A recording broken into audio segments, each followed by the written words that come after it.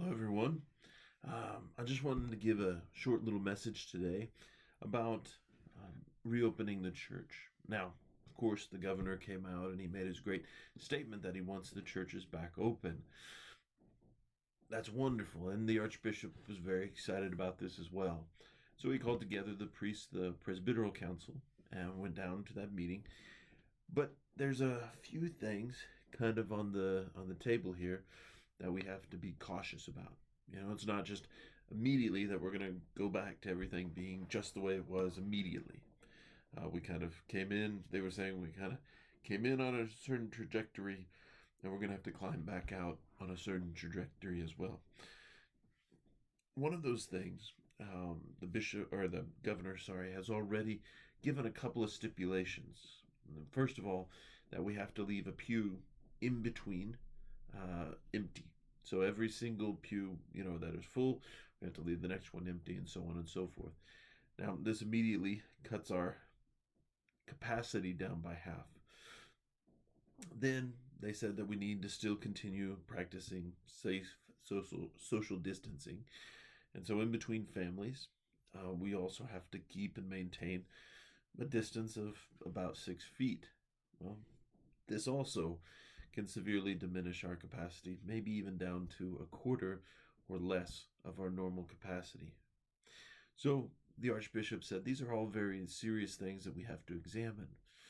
Now, as you all might be wondering, or you might have already heard, put out in the mobile app that we're not having Mass this weekend open to the public. And that's for a lot of reasons. The Archbishop is working very hard to get these things set forth. Now, of course, the governor gave forth his permission, given these certain regulations, that any of the churches could open back up. But in a lot of ways, the Catholic Church is very different from our Protestant brothers and sisters.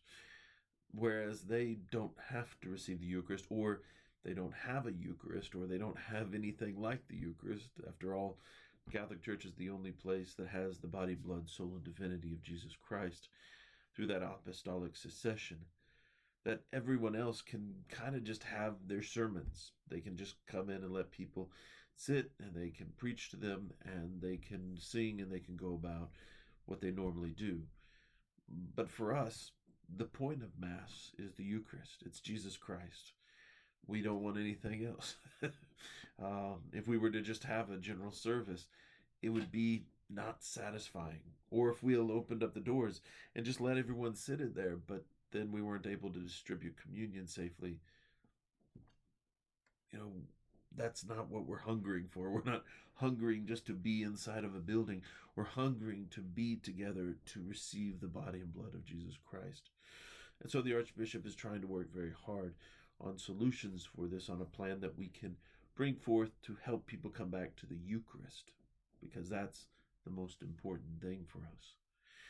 So he's got a couple of different task forces that he's got working with. He's got one with the medical personnel, doctors in Oklahoma City, that are lending their expertise on how best to distribute the Eucharist, how best we can maintain and keep things safe. But also he's referencing with different priests. And this is not just the Archdiocese of Oklahoma City. He's also working with the Tulsa bishop and the priests of the Tulsa diocese so that we can have one unified plan. Now, for the Panhandle, what does this mean for us? This means that come May 6th, we'll have a plan. We'll have something rolled out to the whole state of how Catholics are going to go back to the Eucharist. Now, does this mean that we're going to have Mass and the Eucharist right away on that next weekend? Maybe. Maybe not. It seems like, with our Archbishop giving May the 6th, that this might be a good indication that we're trying to get things ready so that we could put them in place and have everything ready to go for Sunday Mass. If that happens, we're going to go back to our scheduled Masses. We're going to certainly have our missions. We're going to go out to the missions, and we're going to maintain all of these different communities with the Eucharist. But depending on what the Archbishop has to say, we might have to make some subtle adjustments. And I don't know what those are because I don't know what the plan is. But come May the 6th, we'll have also another video to come out to kind of categorize, help to specify how the mission here is going to execute what the Archbishop has for the plan of restoring us to the Eucharist.